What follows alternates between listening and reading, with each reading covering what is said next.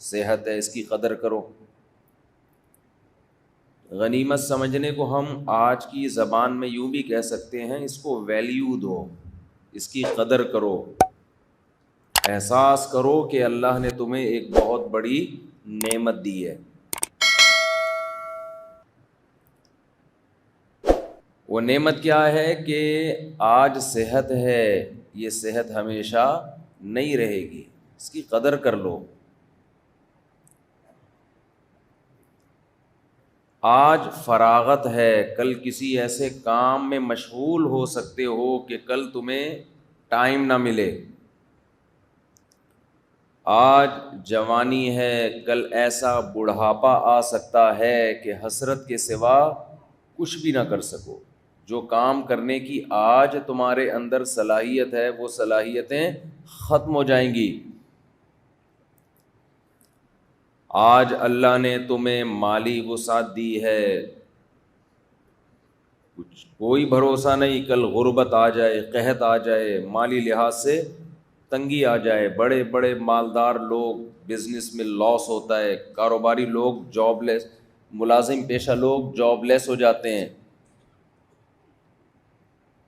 اور آج زندگی ہے، کل یہ زندگی ختم ہو جائے گی. تو یہ 5 چیزیں ہیں جن کی قدر کرنے کا ہمارے نبی صلی اللہ علیہ وسلم نے ہمیں حکم دیا ہے.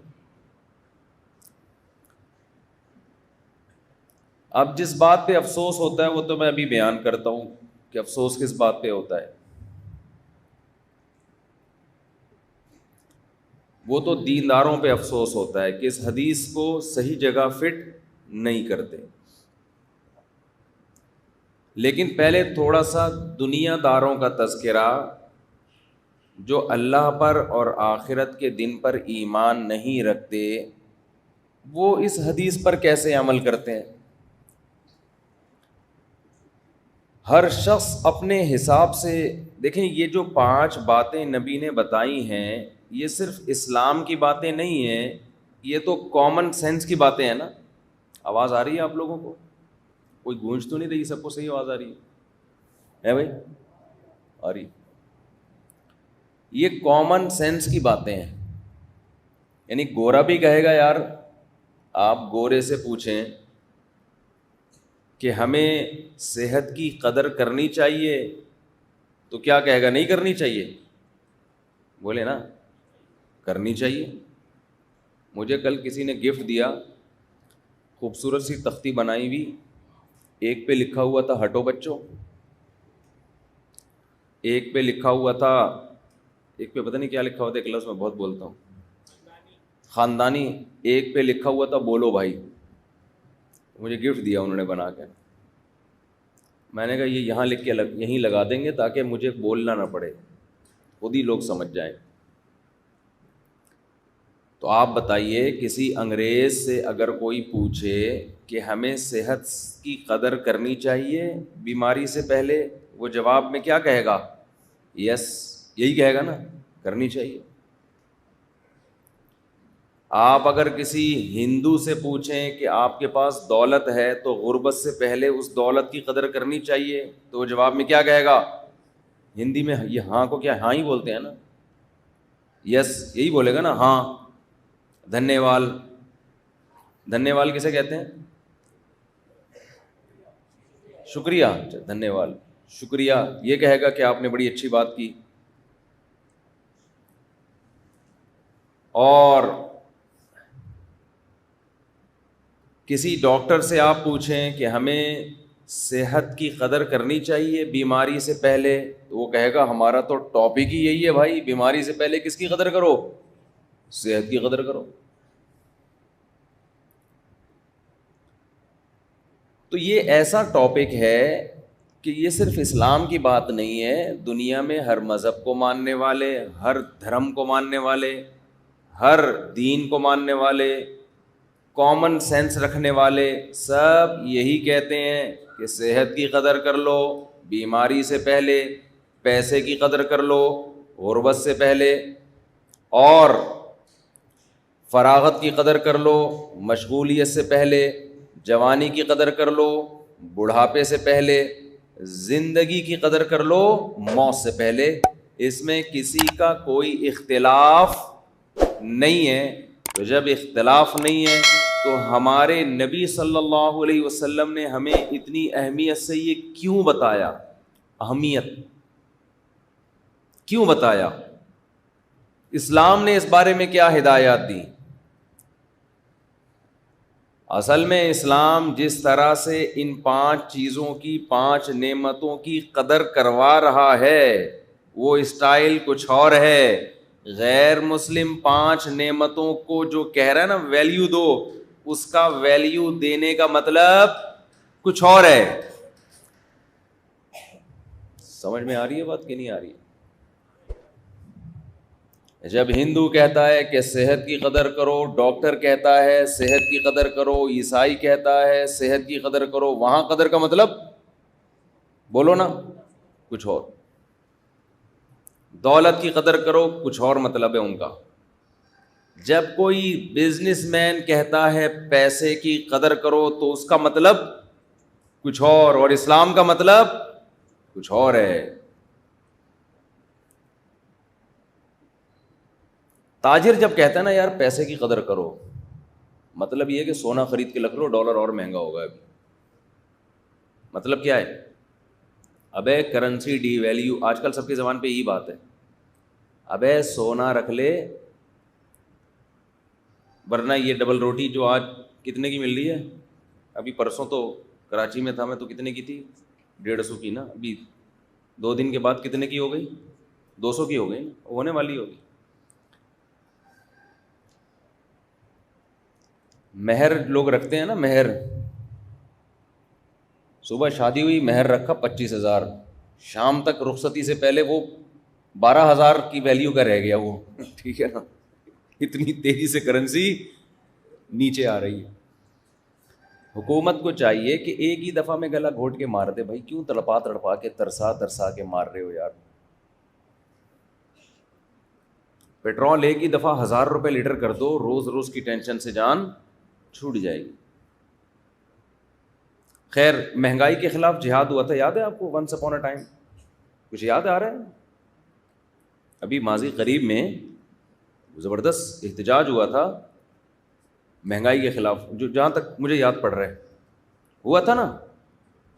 دیکھیں بھول گئے آپ لوگ، جس میں کانپیں بھی ٹانگیں تھیں اور اس طرح کے واقعات بھی آئے تھے، تقریریں ہوئی تھیں.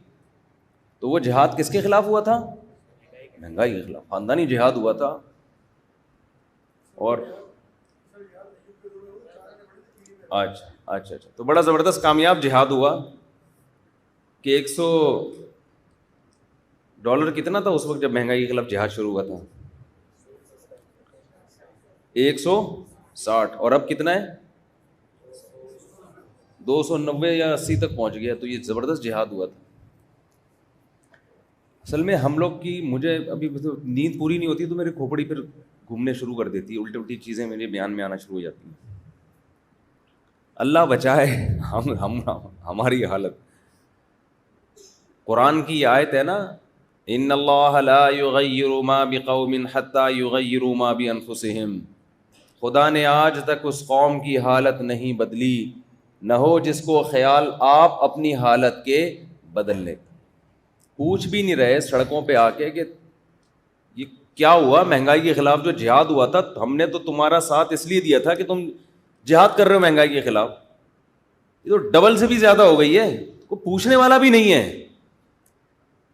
ہم میں سے ہر شخص اپنے سیاست دان کا ایسا چمچہ ہے نا، جو اب ہمارا لیڈر ہے اس کا ایسا چمچہ ہے کہ یہ چمچہ گیری آپ کو پوری دنیا میں کہیں بھی نہیں ملے گی. یہ وہ چمچہ گیری ہے کہ ایک بادشاہ سلامت تقریر کر رہے تھے، پھینک دی لمبی انہوں نے. تقریر میں انہوں نے کہا میں اتنا بہترین شکاری ہوں کہ میں نے تیر مارا ہرن کی پچھلی ٹانگ سے نکل کے کنپٹی میں جا کے گھسا ہے. اس زمانے کے لوگ عقل مند تھے، سمجھدار تھے. ہمارے ہوتے ہم کہتے واہ ہمارا لیڈر، بولو زندہ باد. تیر یہاں سے مارا پچھلی ٹانگ سے نکل کے کدھر جا کے لگا ہے؟ کوئی تک بنتا ہے؟ لیکن بھائی حضرت نے ارشاد فرمایا، ہمارے لیڈر کا کہنا ہے، تو لوگ نا ایک دم عجیب سے ہو گئے، بھائی یہ زیادہ لایا ہے، بہت بڑی لے کر آ گیا، تھوڑی بہت تو ہر آدمی لے کر آتا ہے، یہ اس دفعہ تھوڑی زیادہ لے آئے۔ تو اس پہ جو چمچا تھا نا، چمچا، اس نے مائک ہاتھ میں لیا۔ بادشاہ سلامت کے دور میں مائک نہیں ہوتے تھے، جو بھی ہوگا اس دور میں بات پہنچانے کے لیے۔ تو اس نے کہا کہ بھائی مسئلہ یہ ہے، بادشاہ نہیں تھا، کوئی سیاست دان تھا پرانے زمانے کا، بادشاہ لوگ تو لفٹ ہی نہیں کراتے تھے تقریریں کر کے، واقعہ فرضی ہے یہ، تو ہمیں اتنی ڈیٹیل میں جانے کی کیا ضرورت ہے، مقصد تو اس سے جو سبق مل رہا ہے وہ بتانا ہے نا۔ تو اس نے کہا ایکچولی جو بادشاہ سلامت ہے نا، انہوں نے جب ہرن کا شکار کیا تھا تو پچھلی ٹانگ سے ہرن اپنی کنپٹی کو کھجا رہا تھا۔ چلو کوئی تو لاجک پیش کی نا، ہمارے ہاں اپنے لیڈروں کو جو ان سے تباہی کر رہے ہیں نا، وہ اس کو ان کے گناہ کو معاف کروا، ان کے گناہ کو نیکی ثابت کرنے کے لیے لاجک بھی نہیں ہوتی کوئی۔ فرض یہ کیا ہوا ہے کہ میرا جو لیڈر ہے نا، جو مرضی کر لے بس وہ کیا ہے، وہ ٹھیک ہے۔ اب سب چپ بیٹھے ہوئے مہنگائی کے خلاف، جنہوں نے جہاد کیا تھا چپ چاپ ایک دم، کہیں سے آواز نہ آئے۔ قوم بھی نہیں پوچھ رہی کہ یار وہ جو کانپے ٹانگتی تھی جن کی، اور جو کہہ رہے تھے کہ میں یہ کر دوں گا میں یہ کر دوں گا، وہ جنہوں نے تقریر کی تھی کانپے ٹانگنے والی، ان سے پوچھو یار وہ کہاں ہیں، آپ تو مارکیٹ سے کیا ہیں، شارٹ ہیں، اب کریں نا احتجاج۔ خیر یہ تو نیند نہیں ہوئی ہے تو سیاست میں آ گیا تھوڑا سا میں۔ مسلسل 2 دن سے نا گاڑیوں میں وہاں پنجاب میں دورے میں گھوم رہے ہیں، سونے کا ٹائم نہیں ملا ہے، تو تھوڑا سا دماغ کیا ہوا ہے، اس لیے میں ایسی غلط باتیں کر رہا ہوں آپ کے سامنے۔ اصل میں تو ووٹ ان کو دینا چاہیے تھا جنہوں نے کانپے ٹانگنے کا کے الفاظ ارشاد فرمائے تھے۔ نیند تو ان کی پوری نہیں ہوئی تھی، تبھی تو کانپے ٹانگی تھی۔ اگر نیند پوری کر کے تقریر کرتے تو کانپے ٹانگتی یا ٹانگیں کانپتی؟ پھر تو ٹانگیں کانپتی نا۔ تو اب میرے پاس بھی ایک جواز آ گیا، اگر وہ مجھ سے پوچھیں کہ آپ یہ ہمارے خلاف آپ نے سیاسی تقریر کیوں کی، تو میں کہہ دوں گا بھائی میری نیند پوری نہیں ہوئی تھی۔ وہ کہیں جب نیند پوری نہیں ہوئی تھی تو ممبر پہ کیوں بیٹھے آپ؟ تو میں کہوں گا ممبر پہ بیٹھنا اتنا بڑا نہیں ہے جتنا لاکھوں کے جلسے سے آپ نے خطاب کیا تھا اس دن اسلام آباد میں۔ اس وقت آپ کو نیند پوری کر کے تقریر کرنی چاہیے تھی۔ اگر نیند پوری کر کے آپ تقریر کرتے تو کم از کم مہنگائی کے خلاف جہاد کی باتیں بولو نہ کرتے، کچھ اور کر لیتے، یہ نہ کرتے آپ۔ اچھا خیر، اب کہاں چلے گئے ہم اپنے اصل واقعات کی طرف آتے ہیں۔ تو میں یہ عرض کر رہا تھا کہ ڈاکٹر کی نظر میں دیکھو ممبر کی ویلیو اس سے زیادہ ہے، میں مانتا ہوں، کسی سیاسی کنٹینر سے جس پہ سیاستدان تقریر کرتے ہیں، کہیں میرے بیان سے کوئی نکالے گا بھائی اس کو۔ لیکن بات یہ ہے کہ جب کوئی حکومت گرانے یا نئی حکومت بنانے کی بات آتی ہے تو اس سے قوموں کی تقدیریں وابستہ ہوتی ہیں، اس وقت اس کی ویلیو، اس اسپیچ کی ویلیو ہر اسپیچ سے زیادہ ہوتی ہے۔ اس وقت نیند پوری کر کے تقریر کرنی چاہیے تھی۔ سمجھتا ہے کہ نہیں سمجھتا؟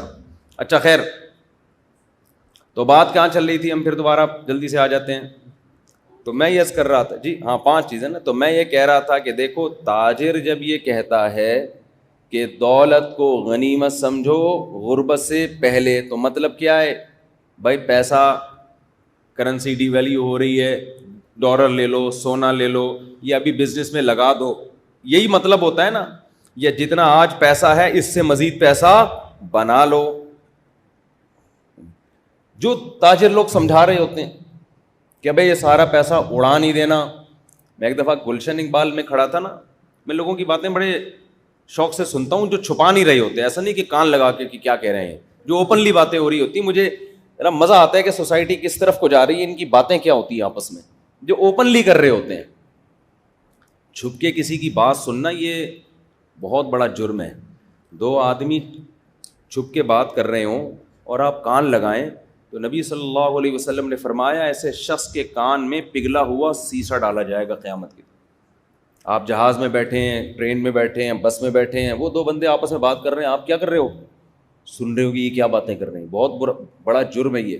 خیر، تو وہ گلشن اقبال میں نا ایک کاروباری بندہ بیٹھا ہوا باتیں کر رہا ہے، فون پہ نا اس کو سمجھا رہا ہے، فون پہ کہہ رہا ہے ابے میں نے تیرے کو کاروبار پہ بٹھایا ہے، ابے تو پروفٹ کھانا، انویسٹمنٹ کیوں کھا رہا ہے، اس کو سمجھا رہا ہے غصے میں. مجھے وہ اسٹائل بڑا اچھا لگ رہا تھا. ایک تو کراچی کا الگ ہی اسٹائل ہے نا. پھر وہ آگے سے کچھ پھر یہ کہہ رہے ابے میں تیرے کو سمجھا رہا ہوں بھائی تو کھا، میں نے منع تھوڑی کیا، کم وقت پروفٹ کھانا، یہ انویسٹمنٹ کیوں کھا رہا ہے تو. اس کو بار بار سمجھا رہا ہے کہ ابے تو انویسٹمنٹ ہی کھانا شروع کر دے گا تو کاروبار کا تو بیڑا غرق ہو جائے گا، جو سرمایہ لگایا ہے وہی ختم ہو گیا، تیرے کھا کے تو بچے گا کیا. تو نا کافی دیر سے ان دونوں میں یہ پھڈا ہو رہا تھا، تو مجھے لگا وہ کم وقت کیا کھا رہا ہے، جس کو پیسہ دیا ہے نا وہ پیسہ ہی کھانا شروع کر دیا اس نے، اور یہ سمجھا رہا ہے میں نے تجھے پیسہ اس لیے نہیں دیا کہ تو یہ پیسہ ہی کھا جا. تو دیکھو اس کی نظر میں پیسے کی قدر، دولت کی قدر کا مطلب کیا تھا، بھائی پروفٹ کھا، سرمایہ نہ کھا. اپنے لحاظ سے ٹھیک کہہ رہا ہے بھائی. مجھے ابے تبے نا اس کا اسٹائل پہ مجھے بڑا مزہ آ رہا تھا. ڈاکٹر جب کہتے ہیں کہ بھائی صحت کی قدر کرو، بیماری سے پہلے، کیا مطلب، پرہیز شروع کر دو. ابھی آپ کو شوگر نہیں ہے تو ایسے کام مت کرو کہ شوگر ہو جائے، ابھی سے ایکسرسائز شروع کر دو، کھانے پہ کیا کرو، بولو کنٹرول کرو. بات یہ بھی ٹھیک ہے، کوئی اسلام کے مخالف نہیں ہے، لیکن یہاں نبی کی مراد صحت کی قدر کا مطلب یہ مراد نہیں ہے. نبی کا مقصد کچھ اور ہے. یہ بھی کرنے کا، یہ تو ویسے ہی حکم ہے اسلام کا. زندگی سے پہلے موت کی قدر کرو. گورا بھی کہتے ہیں قدر کرو، کیا مطلب، مزے اڑا لو، کچھ قوم کے لیے کر لو، کچھ ملک کے لیے کر لو، مرو تو لوگ کہیں کوئی بڑا آدمی دنیا سے گیا ہے. ٹھیک ہے بھائی، یہ بھی قدر کا ایک طریقہ ہے. اسلام کی مراد یہ نہیں.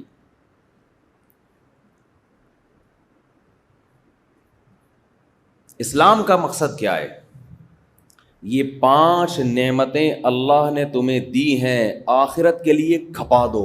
اس سے پہلے کہ آخرت کے لیے کھپانے کے لیے تمہارے پاس یہ نعمتیں نہ ہوں. آج تم آخرت کے لیے، اللہ کو راضی کرنے کے لیے جو کر سکتے ہو، کل وہ نہیں کر سکو گے. آج صحت ہے، تہجد پڑھ سکتے ہو، اللہ کی راہ میں جہاد کر سکتے ہو. آج اللہ نے تمہیں صحت دی ہے، آج تم بیوی بچوں کے حقوق ادا بولو کر سکتے ہو. آج تم تبلیغ میں وقت لگا سکتے ہو، آج حج کر سکتے ہو، آج عمرہ کر سکتے ہو. لوگ تبلیغ میں نکلنے کے لیے ایک وعدہ کرتے ہیں نا، 4 مہینے ہم لگائیں گے. اکثر نوجوان جو میرے پاس آتے ہیں نا، جن سے کوئی گناہ نہ چھوٹ رہا ہو، جس کی عادت پڑ گئی ہو. بعض گناہ ایسے ہوتے ہیں جن کی لت پڑ جاتی ہے آپ کی باڈی کو، وہ گناہ اتنے آرام سے نہیں چھوٹتے. فحش فلمیں دیکھنے کا گناہ، یہ گناہ ایسا ہے جو باڈی کی ریکوائرمنٹ بن جاتا ہے. نشہ ہے یہ، چرس کا نشہ، ہیروئن کا نشہ، شراب کا نشہ. یہ ایسی چیز ہے کہ جو آپ کی باڈی کی ریکوائرمنٹ بن جاتی ہے. تو جس چیز کی لت پڑ جاتی ہے باڈی کو، اس کی عادت ختم کیسے ہوگی؟ کرتے رہنے سے عادت پڑی ہے تو چھوڑتے رہنے سے عادت چھوٹ جائے گی. تو چھوڑتے رہنے کے لیے ماحول تبدیل کرنا پڑتا ہے. دیکھو جس کو شراب چھڑوانی ہو، اس کو آپ بولو چھوڑ دے، ایک دن چھوڑے گا، اگلے دن پھر دماغ خراب ہونا شروع ہو جائے گا. شرابیوں کو دیکھے گا، وہ بھی پی رہا ہے، وہ بھی پی رہا ہے، ایک مصیبت میں آئے گا، یار کیا ہو گیا.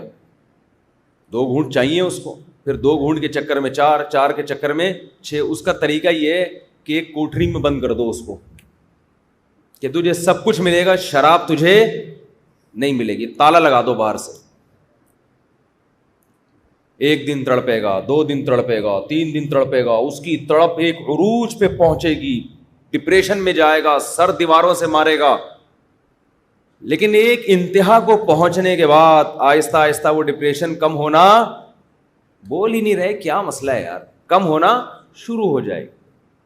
اب باڈی نہ پینے کی عادت اس کو، اور ایک دن آئے گا ہوتے ہوتے ہوتے ہوتے ہوتے ہوتے بغیر شراب کے اس کی باڈی بالکل نارمل کنڈیشن میں آ جائے گی. اب اس کے دل میں طلب باقی نہیں رہے گی. باہر نکلے گا تو اب وہ نہیں ہوگا کہ نہیں پیا تو کیا ہے. ہاں خود ہی دماغ خراب ہو شرابیوں میں جا کے پینا شروع کر دے وہ ایک الگ بات ہے, لیکن وہ تکلیف نہیں ہوگی جو پہلے ہوا کرتی تھی.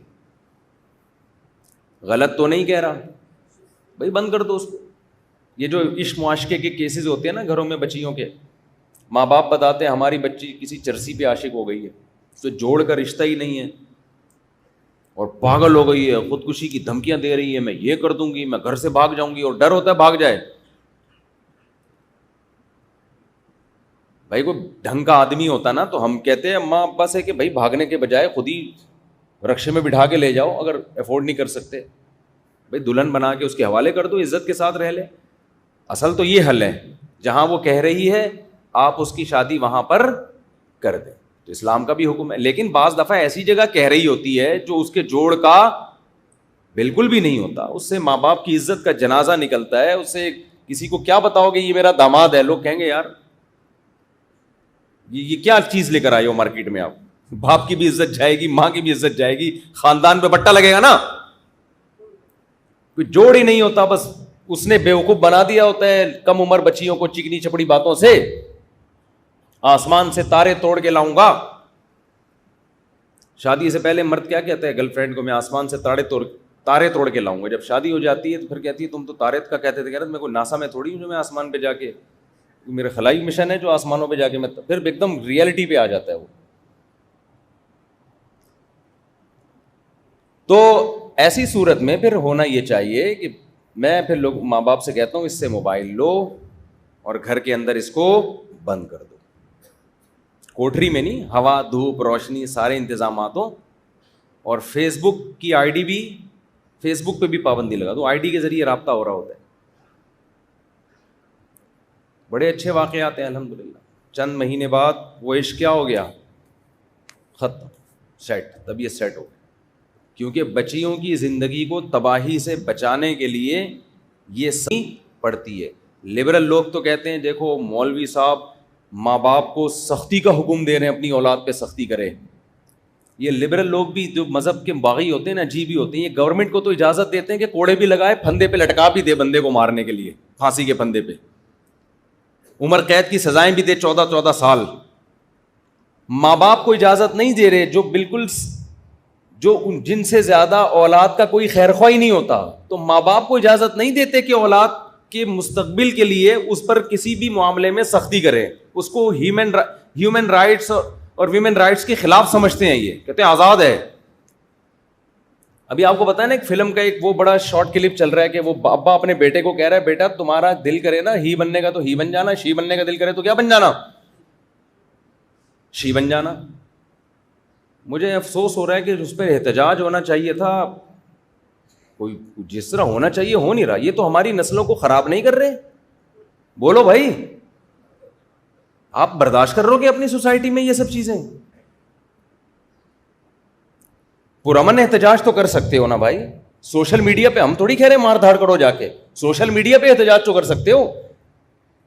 کیسا زہر گھلایا جا رہا ہے. بچہ لڑکا ہے, اس کو باپ کہہ رہا ہے کہ بیٹا تمہارا دل اگر ساڑیاں پہننے لپسٹک پاؤڈر کا کرے تو بتا دینا, میں وہی تمہارے لیے ساڑیاں لے آؤں گا, امی والے کپڑے لے آؤں گا. وہ کام جو کسی جانور نے نہیں کیا, گدھے گھوڑے نہیں کرتے.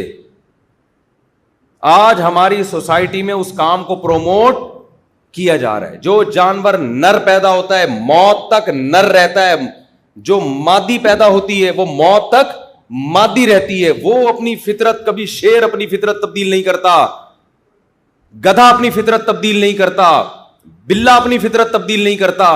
انسان پر کیسا عذاب آیا ہے کہ باپ اپنے بیٹے کو, جو باپ محافظ تھا وہ اپنے بیٹے کو کہہ رہے کہ تیرا اگر بیٹی کا بننے کا دل کرے تو مجھے بتا دینا. بتاؤ اس سے بڑی اخلاقی گراوٹ کوئی ہو سکتی ہے؟ لوگ دبا کے فلم دیکھ رہے ہیں بیٹھ کے. مجھے خیال آیا کہ حضرت مولانا اشرف علی تھانوی رحمہ اللہ تعالیٰ نے بہشتی زیور میں جو لکھا تھا نا 100 سال پہلے، کیسی پیاری بات لکھی تھی، کتنے دور اندیش تھے وہ لوگ. بچوں کی تربیت کے حوالے سے بہشتی زیور میں حکیم الامہ نے لکھا کہ اپنے بچے کو لڑکیوں میں کھیلنے مت دو، اگر وہ لڑکیوں میں کھیلے تو اس کو بتاؤ بیٹا تم تو ماشاءاللہ مرد ہو، مرد مردوں میں کھیلتا ہوا اچھا لگتا ہے، اس میں مردانگی بڑھاؤ. اللہ نے ایک نعمت دی ہے، دیکھو عورت ہونا عیب نہیں ہے، لیکن مرد ہونا یہ زیادہ کمال کی بات ہے، یہ اللہ کی نعمتوں میں سے بڑی نعمت ہے.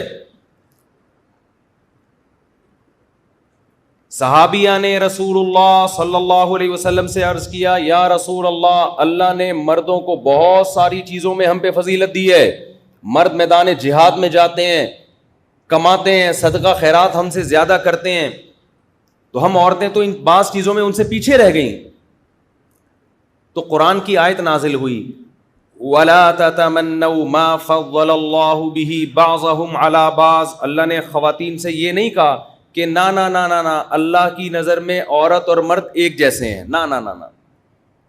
اللہ نے کہا کہ ہم نے مرد کو جو عورت پہ فضیلت دی ہے، عورتوں کو کہا کہ اللہ نے کسی مخلوق کو فضیلت دے دی ہو تو یہ تمہاری نہیں، یہ گاڈ گفٹڈ ہے، تو اس کی حسد اور اس کی حسرت نہ کرو، یہ اللہ کی طرف سے ہے. آخرت میں اللہ کبھی ایسا نہیں کرے گا کہ مرد کو مرد ہونے کی وجہ سے جنت دے دے اور عورت کو عورت ہونے کی وجہ سے اس کی نیکیوں کو ضائع کر دے. نا نا نا نا، للرجال نصیب مما کسبوا. مرد جو نیکی کرے گا اس کو پورا پورا بدلہ ملے گا، عورت جو نیکی کرے گی اس کو بھی پورا پورا بدلہ ملے گا. آخرت میں مرد اور عورت کے اعمال کے بدلے کے لحاظ سے کوئی فرق اللہ نے نہیں رکھا، لیکن دنیا کے نظام کو چلانے کے لیے اللہ نے مرد کو عورت پر فضیلت دی ہے. سمجھ میں نہیں آ رہی بات؟ اب مرد اگر عورت بننے کی کوشش کر رہا ہے، اس کا مطلب وہ خدا کی نعمت کا انکار کر رہا ہے. تجھے مرد بنایا تھا، تو عورتوں جیسی حرکتیں کیوں کر رہا ہے؟ کیوں ساڑی پہن رہا ہے تو؟ کیوں چوڑیاں پہن رہا ہے تو؟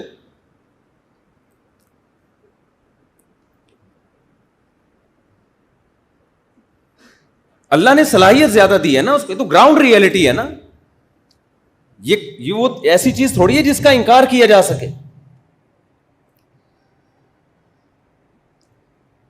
تو بچہ اگر لڑکا پیدا ہوا ہے نا، اس کو بار بار باور کراؤ، بیٹا تم کیا ہو، بول لو نا کیا ہوگی. مجھے تو لگ رہا ہے آپ لوگ کو پتہ نہیں، کنفیوز ہیں شاید. اس کو بار بار باور کراؤ، بیٹا تم کیا ہو، مرد ہو. تم پہ کون سے کام اچھے لگتے ہیں؟ مردوں والے.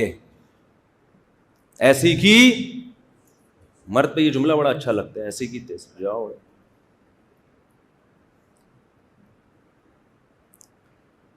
ابھی پھر مثالیں دوں گا تو پھر خواتین بہت ناراض ہو جاتی ہیں. مرد 4 شادیاں کرتا ہوا اچھا لگتا ہے، مذاق کیا، صحیح بتاؤں عورتوں کو بھی اچھا لگتا ہے. اگرچہ عورتیں یہ 2-3 شادیوں کو پسند نہیں کرتی، لیکن اچھا وہی لگتا ہے. کم از کم ان کو یہ احساس ہوتا ہے کہ یہ ڈر نہیں رہا، اندر اندر سے وہ ان کو بھی اچھا لگ رہا ہوتا ہے، یار آدمی ہے. مجھے یاد ہے ایک دفعہ ہمارے کوئی ریلیٹیو تھے، ان کی 2 بہنوں کے لیے 2 رشتے آئے الگ الگ بندوں کے جو آپس میں ریلیٹیو تھے. اچھا، ایک بہن کے لیے رشتہ آیا دوسری شادی والا، دوسری کے لیے رشتہ آیا کنوارا چھڑا چھاٹ. چھڑے کو منع کر دیا، دوسری والے کو دے دیا. میں حیران ہوا کہ یہ شاید دجال آنے والا ہے یا آ چکا ہے، ورنہ